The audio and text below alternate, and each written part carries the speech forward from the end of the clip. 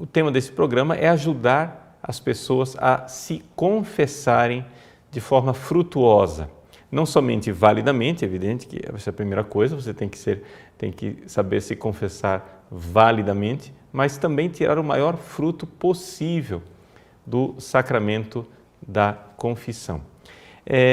O conteúdo da nossa aula será retirado deste livro precioso do Padre Antônio Royo Marín, Teologia da Perfeição Cristiana. Não é? A primeira coisa é a gente entender isso, que não basta que o sacramento seja válido, não é?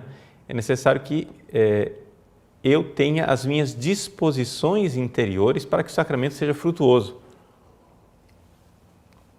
Ou seja, o que são os sacramentos? Os sacramentos são uma forma de se aplicar de forma infalível os méritos, né, da paixão do nosso Senhor Jesus Cristo para a nossa salvação em cada um de nós. Muito bem, você recebe aquela graça de forma infalível, mas na prática, né, a coisa não é tão automática assim. Por quê? Porque isso depende muito da disposição da pessoa que está recebendo. Então, na vida, você pode confessar muitas vezes, comungar muitas vezes, né, receber os sacramentos muitas vezes, mas a eficácia do sacramento fica prejudicada. Mais do que isso, o fruto do sacramento fica prejudicado na sua vida. Você não se santifica, não fica mais santo. Tem gente que comunga todos os dias, nem por isso se santifica. Tem gente que se confessa uma vez por semana, mas não fica mais santo por isso. Qual é o segredo? Né? Qual é o segredo de nós não somente confessarmos automaticamente, comungarmos, né? Ligar o piloto automático e ir? O segredo é a disposição do penitente. Para fazer uma comparação, nós temos, por exemplo, o sol. O sol é o mesmo, mas quando o sol cai numa barra de gelo, ou cai num tijolo, ou cai num metal, o calor que o sol provoca é diferente. Por quê? O sol é o mesmo, o sacramento é o mesmo, a salvação de Cristo é a mesma. Mas se você é uma telha de barro, ou se você é uma telha de zinco, o efeito no calor é diferente, não é? Por que a telha de zinco esquenta mais e a telha de barro esquenta menos? Embora o sol seja o mesmo. Assim, também o penitente. Se o penitente é diferente, o sol da graça de Deus é a mesma, mas a sua disposição é diferente. Então, embora os sacramentos sejam infalíveis e a graça seja infinita, o efeito é finito, porque depende um pouco também de você. Você não age como causa, a causa da telha esquentar é o sol, mas age como recipiente, não é? Você age de alguma forma. Muito bem. Então, existem algumas disposições habituais para se receber o sacramento da penitência. Nós poderíamos resumir essa coisa das disposições habituais, quer dizer, as virtudes da fé, esperança e caridade, ponto. Né? A primeira coisa, você precisa de fé. Fé por quê? Porque você está se aproximando de um homem. Homens não perdoam pecados.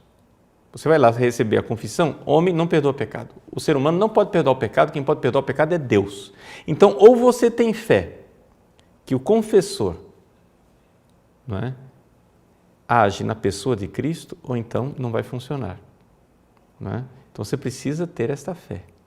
Você precisa se aproximar do confessor com esta fé, por indigno que seja o confessor. E se você é confessor, se você é padre, não é, deveria prestar atenção nessa na dignidade daquilo que você está realizando, no ato que você está fazendo enquanto sacerdote, não é, que realmente está in persona Christi, não é?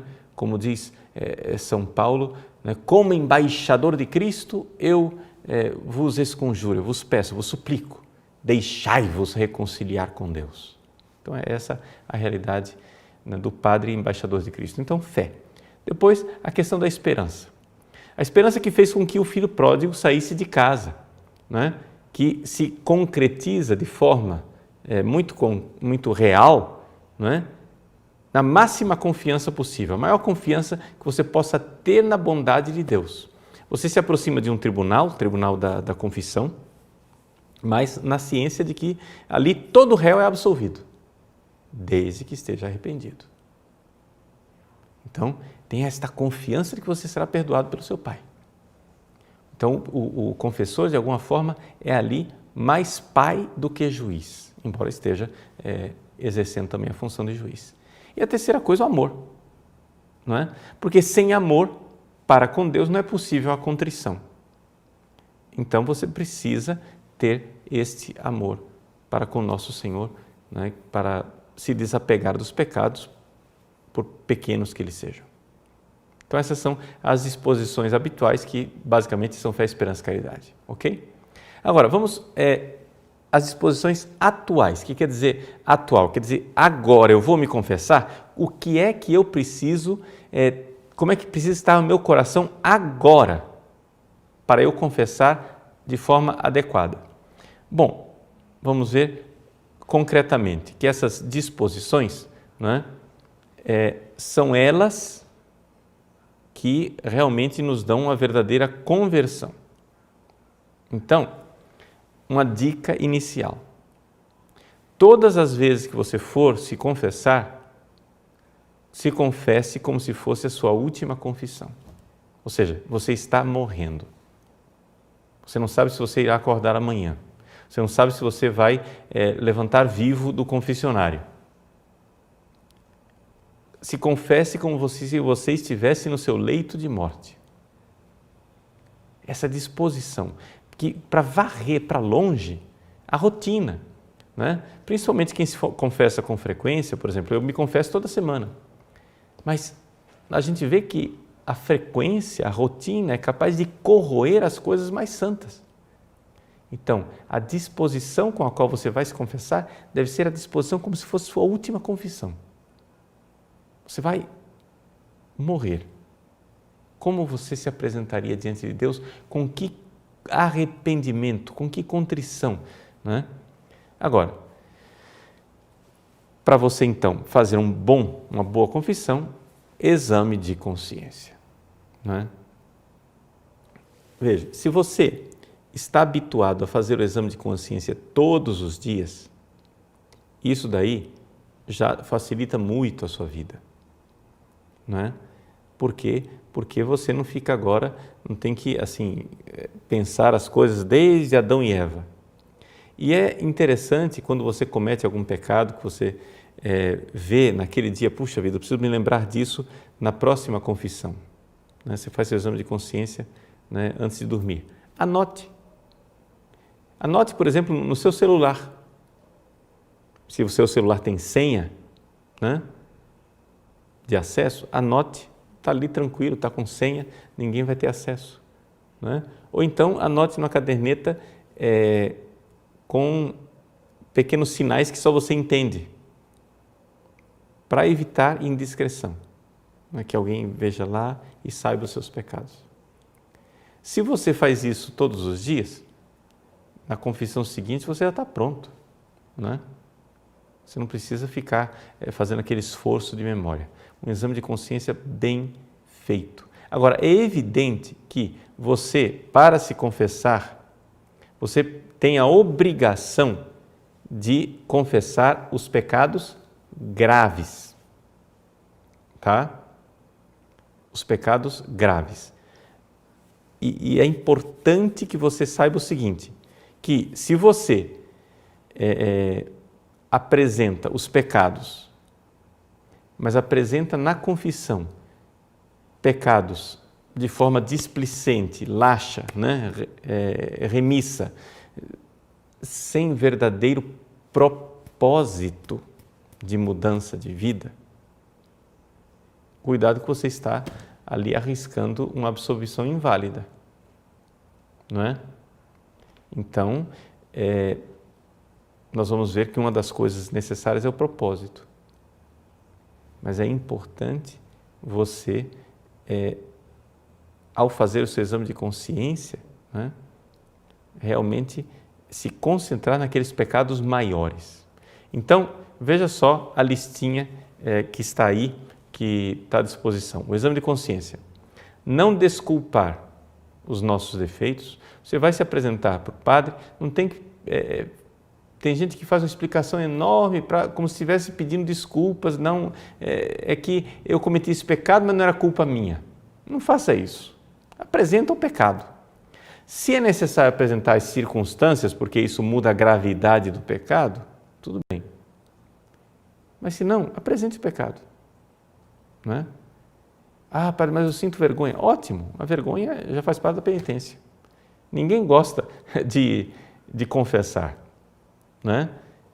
Não é gostoso confessar. É uma penitência mesmo se confessar, porque é vergonhoso. Bom, ao mesmo tempo que você não deve ficar criando desculpas, você não deve também ser escrupuloso e inventar faltas que não existem. Não é? Terceiro ponto, fazer o exame de consciência diário e ir anotando, como eu falei para vocês. Não se perder em detalhes. Tem gente que vai, principalmente quem confessa com frequência, acha que tem que contar muita história porque os pecadinhos são pequenos. Não. Procure fazer um exame e de ver o que é que está por trás daqueles pequenos pecados. Vá à raiz. Não é? Então, os pecados veniais, por quê? É assim que você vai mudar de vida. É assim porque você vai ir na raiz do pecado e não simplesmente na manifestação dele. Não é? E é evidente que os pecados mortais devem ser confessados integralmente na maior exatidão numérica possível. Número 2. Bom, aqui chegamos ao centro do programa de hoje, ao centro daquilo que eu gostaria de transmitir para vocês, que é a questão da contrição de coração. Vejam, existe uma resposta católica, se não me engano, a respeito da contrição. Vocês podem depois assistir.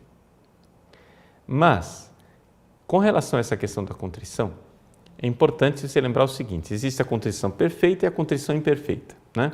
Para a questão de linguagem, para você não se confundir com o que eu vou falar, a chamada contrição imperfeita é também chamada de atrição. Mas aqui no programa, para não confundir a cabeça das pessoas, eu vou falar só de contrição, ok? Tá? Contrição aqui vale tanto para a contrição perfeita, que é a contrição propriamente dita, ou a contrição imperfeita, que é chamada de atrição. Então veja, se não existe nenhuma contrição, nem mesmo imperfeita, a confissão é inválida. Nula. Não tem. O padre dá absolvição, mas não vale, porque você não está contrito. Ok? Agora, o que é a contrição? Importante aqui você entender, é o arrependimento. As pessoas, às vezes, não querem se confessar porque confundem. Elas acham que a contrição é um sentimento. A contrição não é um sentimento. Né? Ela pode se expressar também num sentimento, ela pode ter como consequência um sentimento, mas é um ato da inteligência e da vontade. Deixa eu explicar para você. Segundo Santo Tomás de Aquino, isso não está escrito aí na minha listinha, isso tem nada a ver com o que está escrito aqui. E também não está no Roio Marinho. Isso é a doutrina de Santo Tomás. Santo Tomás de Aquino nos diz o seguinte, quando você ama, por exemplo, por que é que somente nós seres humanos somos capazes de amor, né, de verdadeiro amor, os animais não são capazes? Porque quando você vai causar o amor, e a contrição é uma forma de amor, né? Quando você vai causar o amor, ele tem duas causas, a causa final e a causa eficiente.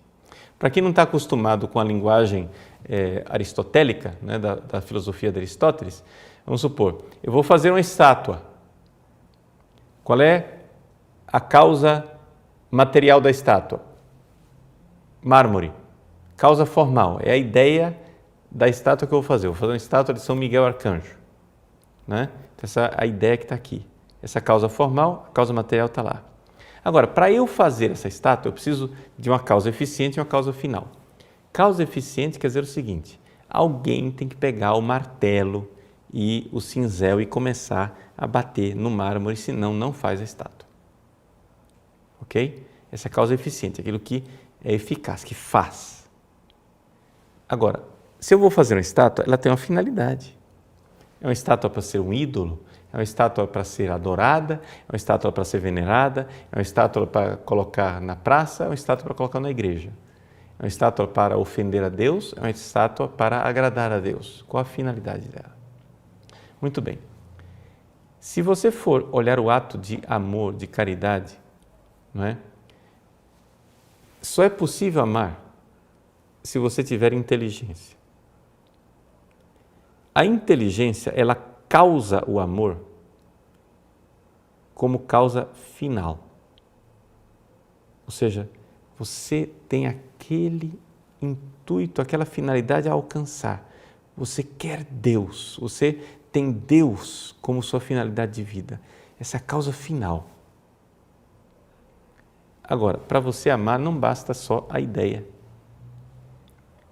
Alguém tem que pegar o martelo e o cinzel, é a vontade. A vontade é um apetite. Ao contrário dos animais, o ser humano, ele tem um apetite que ele pode controlar. Os animais têm apetites que não podem controlar. O animal, quando um animal está no cio, ele está tendo um apetite sexual que ele não é capaz de controlar.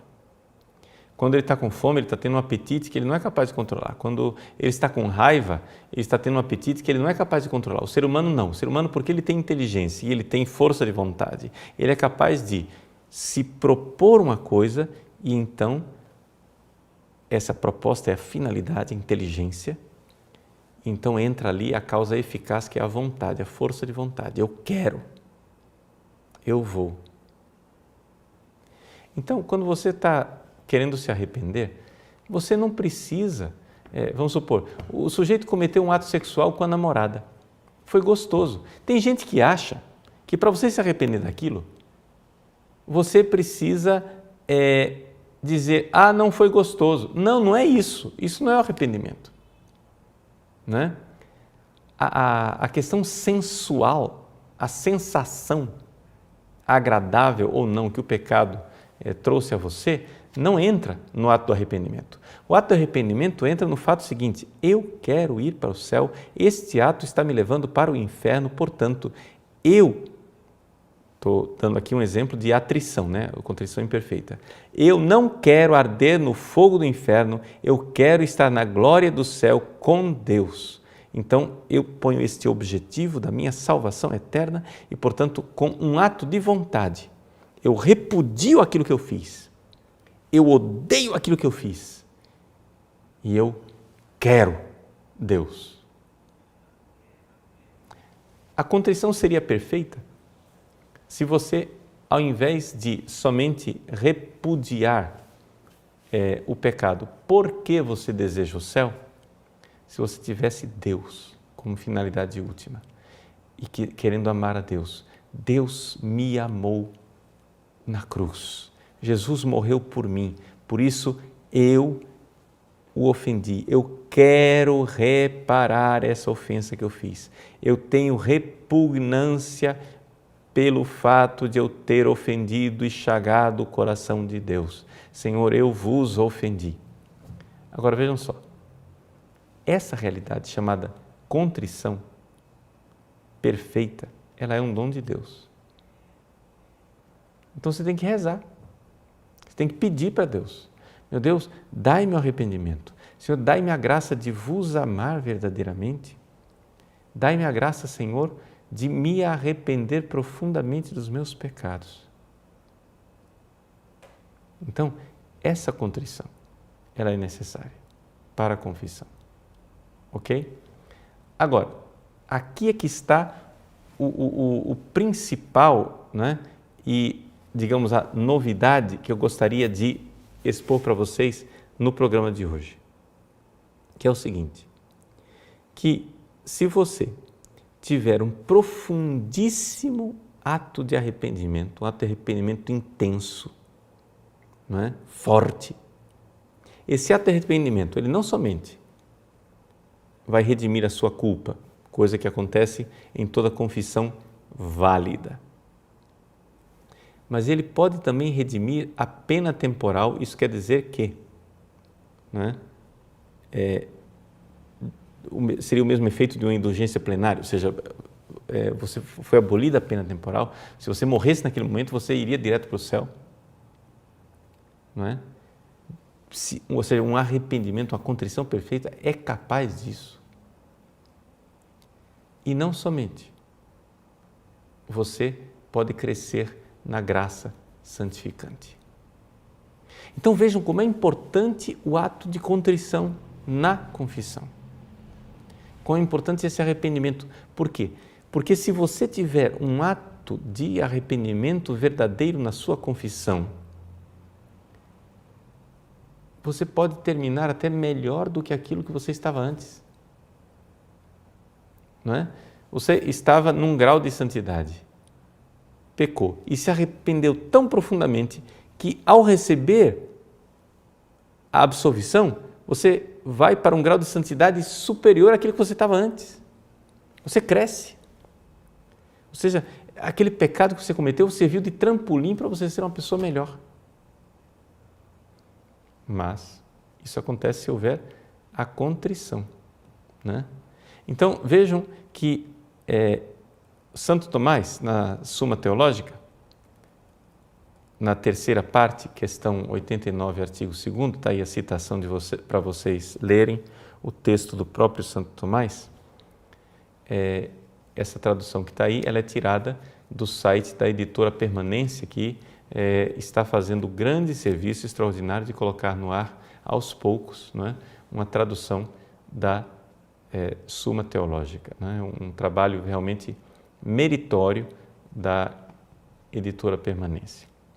Então vejam só, diz aí: pode dar-se, porém, às vezes, diz Santo Tomás, que a intensidade do movimento da penitência seja proporcionada a uma graça maior que aquela donde o pecador decaiu pelo seu pecado. Então veja só, o movimento de arrependimento do pecador é tão intenso que acontece uma graça maior do que aquela que você tinha antes. Então você tinha uma situação na sua santidade, a graça santificante na sua vida estava num estágio. Quando você se arrepende, você pode voltar para um estágio superior, mais elevado. Mas, outras vezes, diz Santo Tomás, pode ser proporcional a uma graça igual. Então, você estava numa situação, pecou e volta para a mesma situação. Mas Santo Tomás não para por aí. Ele diz também que, enfim, outras vezes a uma menor.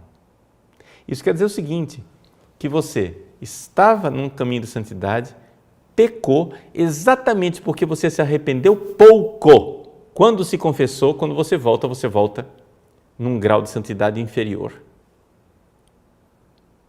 Então, estão vendo a importância do arrependimento? Então, não é assim que você confessa e, assim, ex opere operato, pronto, a graça do sacramento tem intensidade igual. Não, é aquilo que nós dizíamos no início do programa. O sol é o mesmo, o sacramento é o mesmo, o Cristo que perdoa é o mesmo, o sacrifício da cruz é o mesmo, o sangue derramado na cruz é o mesmo. Porém, uma coisa é um santo arrependido, outra coisa é uma pessoa que tem um arrependimento laxo, remisso, tíbio, morno, que está acostumado, né? Gente que se confessa rotineiramente. Aquela confissãozinha, né? Que eu quero me livrar do pecado. O que acontece? Por causa desse tipo de confissão rotineira, remissa, laxa, tíbia, a pessoa vai decaindo na santidade. Cada vez pior, cada vez pior. Por quê? Porque a graça santificante não é a mesma. Então vejam que para se confessar bem, o arrependimento é fundamental. Então, está escrito aí. Por isso, é de máxima importância procurar o maior grau possível de arrependimento para alcançar, quem sabe, até um aumento da graça. A contrição nascida do amor de Deus, da consideração de sua infinita bondade e do amor e dos sofrimentos de Cristo. Essa contrição é dom de Deus e só pode ser alcançada através da oração. Então, para vocês terem essa possibilidade de aumentar essa contrição, para refletirem mais a respeito disso, eu aconselho a vocês a leitura de um livrinho extraordinário, né, escrito pelo padre Driesch, chamado A Contrição Perfeita, Chave de Ouro para Abrir a Porta do Paraíso. Né? É publicado pela Arte Press, para aqueles que quiserem adquirir o livro, mas que está surpreendentemente disponível na internet, né, em PDF. Então, aqueles que quiserem baixar, você vai encontrar o link aí agora. Eu aconselho a leitura desse livro, né, que explica bastante essa questão da contrição perfeita. Aqueles que quiserem comprar o livrinho também para dar para pessoas, né, fazer esse apostolado, porque vejam, a contrição perfeita ela é importantíssima para o nosso crescimento na santidade. Né? Por que é que as pessoas se confessam e não ficam mais santas? Exatamente porque não pedem a Deus o dom de uma contrição. Né? Essa contrição é dom de Deus e só pode ser alcançada através da oração. Então, peça a Deus a contrição perfeita. Que vai acontecer como? Como um dom em que você realmente, num ato de amor, você coloca o seu coração, foca o seu coração na sua vida, coloca Deus como sua finalidade última, amar a Deus, como a razão da sua vida, amar Deus. E aí, com um ato de vontade eficaz, você então realmente o ama, né? De forma concreta. E no caso da contrição, esse ato de amor, ele é um ato, né, em que você sente a dor pelos seus pecados, realmente você sente repugnância pelo fato de ter ofendido a Deus. Mas isso é um dom recebido por Deus. Mas pelo menos a contrição imperfeita, ela deve estar lá para a validade da confissão. Né? Então, muito cuidado com as confissões rotineiras. Não é? Tem gente que acha que se confessa, mas não se confessa. Né? É mais frequente confissão inválida de pessoas piedosas que se confessam de forma rotineira, de forma remissa, do que as confissões inválidas dos grandes pecadores. Porque os grandes pecadores, realmente, eles quando vêm confessar, geralmente estão realmente arrependidos. Né? Então, você vai lá e não apresenta contrição nenhuma, não apresenta arrependimento nenhum, você simplesmente está lá, então a coisa não vai para frente. O terceiro ponto, não é? Que é a questão do firme propósito. Essa é outra coisa importante para uma confissão válida. Não é? O propósito de não pecar. Quando você, vamos supor, está fazendo uma confissão devocional. Vou dar um exemplo. Se você cometeu um pecado mortal, você é obrigado a se confessar. Você tem que se confessar. Mas você não cometeu um pecado mortal, sei lá, você está, se apresenta diante do padre e diz assim, eu estou rezando de forma distraída, eu estou me irritando com o meu vizinho, eu estou olhando para as mulheres mal vestidas na rua. E você não tem nenhum firme propósito de parar com essas coisas. Ora, a absolvição que você vai receber é inválida. Está entendendo? Porque você não apresentou matéria próxima para a absolvição. São Tomás de Aquino nos diz que a matéria próxima, que são para que a confissão seja válida, são os atos do penitente. Então, veja, como é que você tem a missa? Tem que ter pão e vinho, é a matéria, não é isso? Como é que você tem o batismo? Tem que ter água, é a matéria. Como é que você tem a confissão? A matéria da confissão são os seus atos, a sua contrição, o seu propósito. Se você não está disposto a se arrepender, se você não tem nenhum propósito para mudar nada, então não tem matéria, a absorção cai no vazio. Ah, padre, então quer dizer que eu estou em pecado mortal? Não. Não estou dizendo que você está em pecado mortal. Se a confissão era devocional, não é? Simplesmente você não recebeu a graça que poderia receber. Ela caiu no vazio. Não é?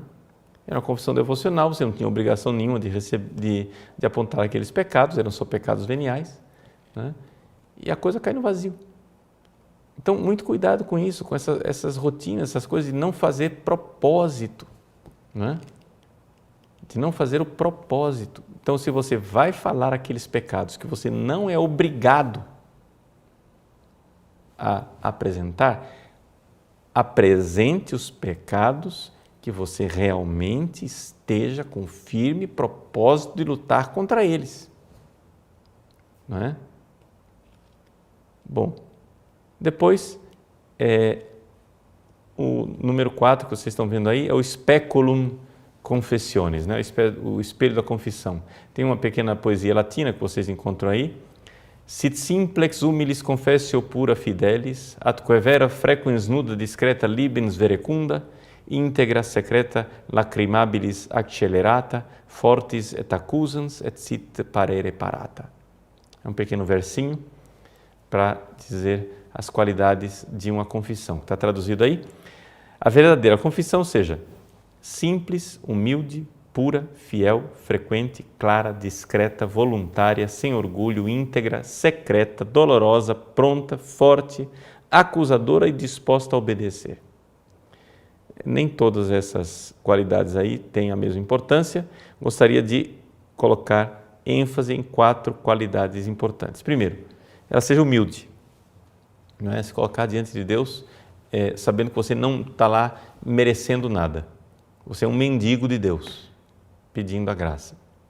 Depois seja íntegra. Isso quer dizer o seguinte, você precisa confessar os pecados mortais, não é? Com as circunstâncias agravantes e deve apresentar o número, não é? Aproximado o máximo possível. Evidente que se faz 30 anos que uma pessoa não confessa e ela teve uma vida devassa, ela não vai saber o número, não é?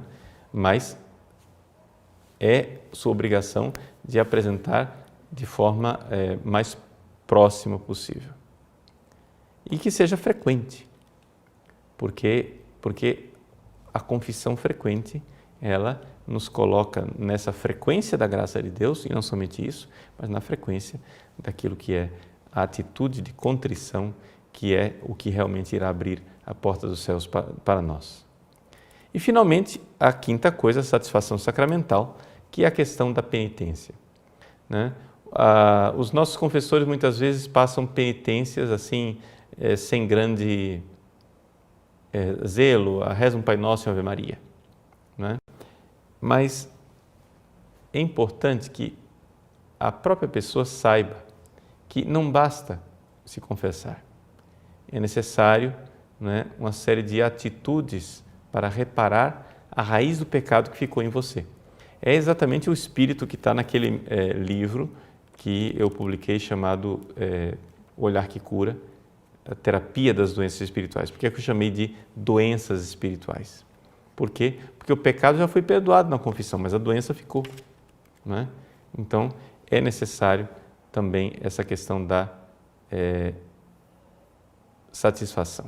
Nós vamos agora então para um pequeno intervalo e voltamos já para responder as suas perguntas e tentar resolver alguns dramas aí de consciência que vocês têm, sem entrar em detalhes de pecados, mas é a questão de como confessar melhor. Esse é o assunto, né? Então não se trata tanto de passar a limpa moral da igreja como um todo, mas somente não queria que esse programa fosse, para algumas pessoas de tendência escrupulosa, não é? Uma fonte de escrúpulos, mas simplesmente uma forma, um incentivo para você se confessar melhor, né, de forma mais eficaz. Até já. Retornamos então ao nosso programa ao vivo, tentar responder algumas perguntas, né, na medida do possível que eu tiver as respostas para dá-las. Iniciando com a pergunta do Paulo José. Ele diz assim: Padre Paulo, sua bênção. Supõe-se um arrependimento perfeito para alcançarmos o perdão dos nossos pecados em uma confissão. Como saber se tivemos um arrependimento perfeito ou nunca sabemos? Obrigado. Não, Paulo José, não é necessário um arrependimento perfeito, no sentido técnico da palavra. Vamos usar a palavra adequada, uma contrição perfeita. É necessário um arrependimento. Arrependimento quer dizer o seguinte, que você vê que você pecou, você não quer mais pecar, você detesta aquele pecado, você não quer mais pecar, embora pode ser que aquele arrependimento seja por razões imperfeitas. Você está arrependido porque na verdade você perdeu o céu, porque você está indo para o inferno. Essas são razões, assim, digamos assim, muito voltadas para o próprio sujeito. Não é? Agora, se por arrependimento perfeito você quer dizer o seguinte, que a pessoa, para ser perdoada, ela está pensando assim, foi ruim, mas eu vou cometer outra vez. Ou eu quero cometer outra vez. Aqui você tem que tomar cuidado. Por quê? Porque uma coisa é a previsão racional de chegar a dizer, bom, é possível e provável que eu volte a pecar. Isso acontece em cada confissão. Existe uma previsão racional, olhando para o seu estado de santidade, olhando para o futuro, você então pode prever que, né, você irá pecar. Mas essa previsão é uma previsão racional. Outra coisa é um ato de vontade, de dizer, eu quero voltar a pecar. Não, aí não dá. Você tem que dizer, eu não quero mais pecar. Não é? Tanto que alguns atos de contrição as pessoas evitam dizer, prometo com a vossa graça não mais pecar. As pessoas, prometo com a vossa graça me esforçar para ser bom. Não, não é isso, gente. Você tem que prometer que não vai pecar. Não é? Mas eu vou pecar, padre, e agora? Não, isso é uma previsão racional. A sua vontade é que tem que dizer, eu não quero pecar. Entende? Eu não quero. Embora exista a hipótese de que eu vá voltar a pecar. Cássia Alencar Almeida. Padre, se sei que todo pecado nos distancia de Deus, percebo que é uma realidade para mim arrepender-me verdadeiramente dos pecados mais graves e não os cometer. Porém, alguns pecados menores, dos quais não chego a me arrepender por completo, voltam a ser cometidos. O que fazer para superar, pois tenho a consciência de que esses últimos podem até ser menos graves, mas tornam-se perigosos pela frequência e por fazer parte de quase que do dia a dia, o que acaba influenciando a maneira de ser. Então veja, Cássia, essa questão do pecado venial deve ser levada a sério, né?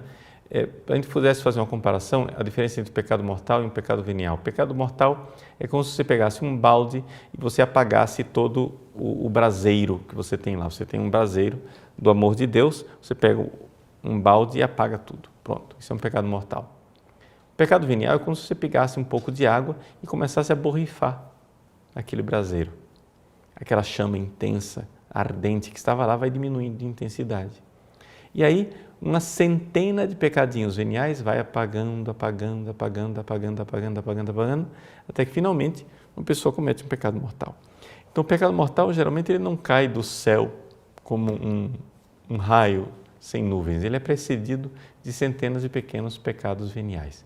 Então, como lidar com o pecado venial? Exatamente o fundamental é pedir a Deus, peça a Deus a graça do arrependimento. Né? Peça a Deus isto, peça a Deus a graça do arrependimento. pense, faça seu exame de consciência frequente e peça essa graça. Simone Guimarães. Padre, sua bênção. Se os pecados veniais ainda não confessados são perdoados na comunhão, devemos ainda assim cuidar de incluí-los na próxima confissão ou devemos considerar águas passadas? Apesar de me confessar com certa frequência, eu sempre fico muito nervosa e com a mente muito agitada e confusa, mesmo um bom tempo depois da confissão. Isso é normal? É um mau sinal?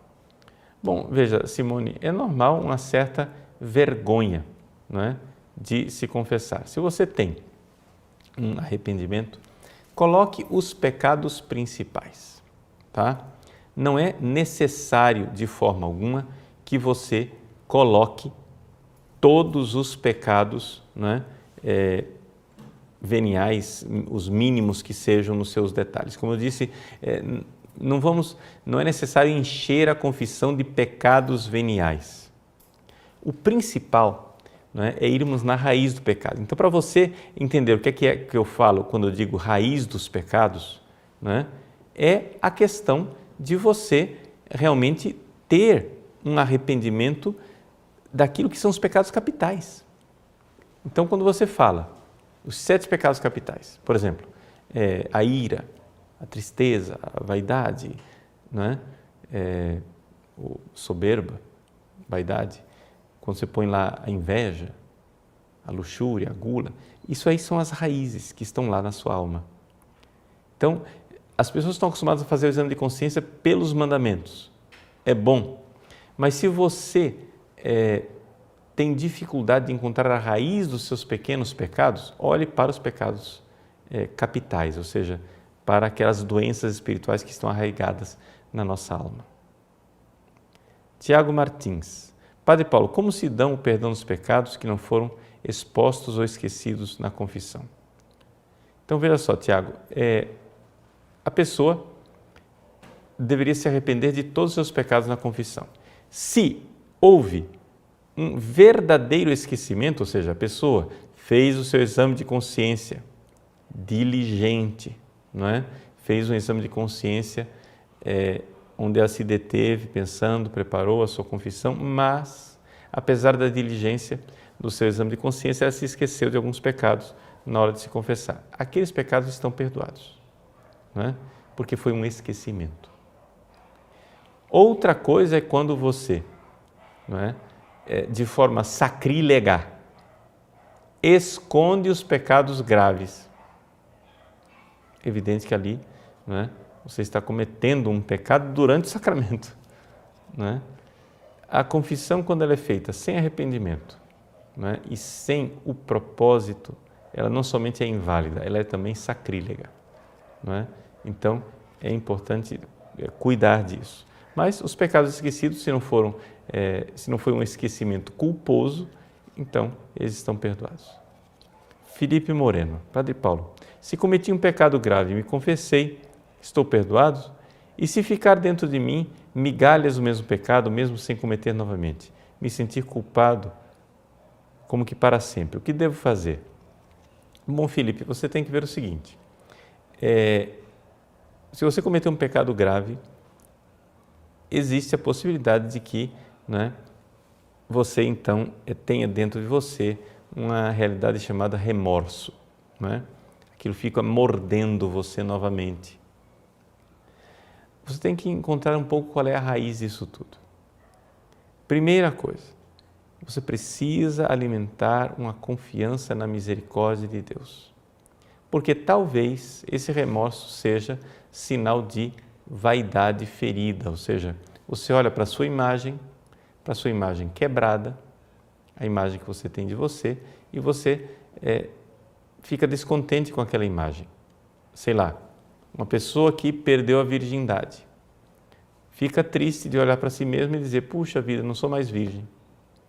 Então, esse tipo de realidade é simplesmente um sintoma da vaidade, ou seja, da sua imagem ferida. É importante, então, se humilhar diante de Deus, dizer, não, Senhor, eu sou isso mesmo. Não é? Naquele livro Combate Espiritual, de Lourenço de Scupoli, que eu recomendo a leitura, né, das pessoas, as primeiras coisas que o Frei Lourenço de Scupoli nos ensina é exatamente isso, que quando você peca e você fica surpreso, de ter pecado, é sinal de que você tinha uma falsa imagem de você mesmo. Então você tem que ter, são duas coisas óbvias, a misericórdia de Deus e a miséria do homem. Não se surpreenda com a sua miséria, não é? Agora, é evidente que alguns pecados que a gente comete deixam consequências permanentes na vida, não é? Quando você comete um pecado e com aquele pecado, sei lá, fica uma cicatriz no seu corpo, você vai olhar assim para aquela cicatriz e vai lembrar, né, daquele pecado. Então, só que se humilhe diante de Deus, né? A humildade e uma fé confiante na misericórdia infinita de nosso Senhor. A Santa Faustina Kowalska, né, ela coloca com muita clareza que uma das coisas que mais digamos assim, ferem o coração de Jesus é a falta de confiança na sua infinita misericórdia. Nós estamos agora no tempo da misericórdia, da infinita misericórdia, né? Jesus disse a Santa Faustina que ele terá a eternidade para fazer justiça.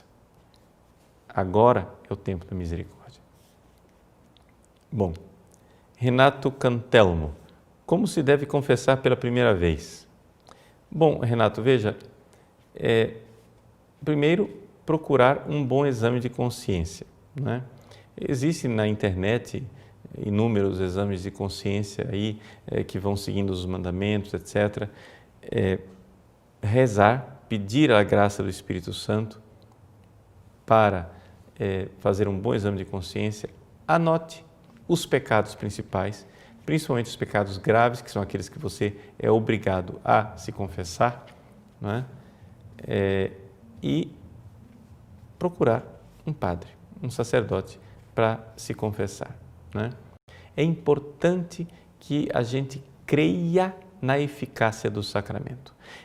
Existe uma tendência aqui no Brasil de um certo psicologismo, ou seja, as pessoas acham que confissão precisa marcar horário, porque para a confissão você precisa, o importante são os conselhos do padre, o padre vai me aconselhar, então eu vou confessar, eu preciso pelo menos de meia hora, 45 minutos conversando com o padre. Não é isso. Confissão não é direção espiritual. Confissão, né, é a acusação dos próprios pecados com verdadeiro arrependimento, né? O padre dá sim alguns conselhos gerais, passa a penitência, você diz o ato de contrição e ele te dá a absolvição. Esses são os passos básicos de uma confissão bem feita, não é? Então você faz o seu exame de consciência, pede a Deus o Espírito Santo, faz o seu exame de consciência, pede a Deus o dom do arrependimento e procura um sacerdote. Uma vez que você está lá, né, você vai dizer os seus pecados, o padre vai te dar alguns conselhos, vai te dar uma penitência, pedir o ato de contrição e te dar a absolvição. A questão do ato de contrição apavora algumas pessoas. Não tem problema, leve o ato de contrição escrito, não é? Se você não sabe o ato de contrição de cor. Ou então, peça a ajuda do sacerdote, se você não se lembra, né, ou se você não sabe ler, tá bom? Claudete Plett. Os pecados considerados mortais e obrigatórios de confissão são poucos. O que justificam a confissão semanal ou mensal? Cometem-se pecados mortais toda semana, todo mês? Se não, por que confessar com tanta frequência? Bom, veja, Claudete, é exatamente essa a ideia. A ideia é que a confissão, ela é também uma forma de eu aumentar na minha santidade. Não existe confissão só para os pecados mortais. O que você é obrigada a confessar são os pecados mortais. Mas você pode sim confessar pecados veniais que você considere mais relevantes na sua vida, com um verdadeiro arrependimento, e naquele verdadeiro arrependimento e na graça sacramental, você ali está dando um passo a mais no caminho da sua santificação. Porque nós temos que crer na eficácia do sacramento. O importante na confissão não é o pecado que sai, mas é a graça que vem, né? Ou seja, a graça é mais importante do que o pecado. Então, por isso, a Igreja institui também essa realidade da confissão devocional. Ou seja, a confissão, o sacramento da penitência, da reconciliação, propriamente, estritamente falando, é a confissão dos pecados mortais. Mas existem as confissões devocionais, que são importantes, boas. Número 1, porque nos fazem crescer na santidade. E número 2, porque também permitem um clima de igreja em que as pessoas que pecaram mortalmente não ficam envergonhadas de se confessar. Não é? Se as pessoas vão se confessar só quando tem pecados mortais, então imagine, na fila de confissão, todo mundo fica olhando para aquela fila dizendo: que será que eles aprontaram, né? Então, aqui é a realidade, que a gente deve se confessar com frequência, devotamente, mesmo quando não tem pecados mortais, tá bom? Então, acho que ficaram ainda algumas perguntas interessantes que talvez eu até aproveite alguma dessas perguntas para fazer alguma resposta católica, né? Então, agradeço a vocês a participação neste programa ao vivo. Espero que tenha frutos espirituais para cada um de vocês, né? A ideia principal deste programa ao vivo não foi nós entrarmos nos aspectos canônicos, litúrgicos da confissão, mas entrarmos na parte espiritual. Ou seja, como é que eu espiritualmente posso fazer para que a minha confissão, mesmo devocional, faça com que eu dê um passo a mais, não é? Na minha vida espiritual. Resumindo e amarrando as ideias, confesse-se não rotineiramente, mas se confesse como se aquela fosse a sua última confissão, como se você fosse morrer. Peça a Deus a graça de um verdadeiro arrependimento, porque essa contrição, quanto maior, tanto maior a graça que você irá receber, né? Não somente a remissão da culpa, mas também a pena temporal e a graça santificante que vem abundantemente no seu coração. Por isso, uma contrição. A contrição é o segredo de tudo. Então está aqui o livrinho, A Contrição Perfeita. Baixe o livrinho, leia, né? Tarefinha de casa para todos nós, para nós confessarmos de forma cada vez mais piedosa e darmos passos concretos na nossa santificação. Tá bom? Eu quero também já me antecipar. Na quinta-feira que vem é o meu aniversário, vou fazer 46 anos, então quero já pessoalmente agradecer a cada um de vocês pelas manifestações que certamente virão e pelas orações com as quais eu conto, né? Conto com as orações de vocês. Então, no próximo dia 7 de novembro, faço 46 anos, peço a Deus perdão, né, dos pecados e da infidelidade desses 46 anos e conto, né, com a graça de Deus e com as orações de vocês para continuar no ministério sacerdotal e servindo a Deus por quanto tempo Ele ainda assim quiser. Então Deus abençoe, até a semana que vem, se Deus quiser, com mais um programa ao vivo. Em nome do Pai, do Filho e do Espírito Santo. Amém.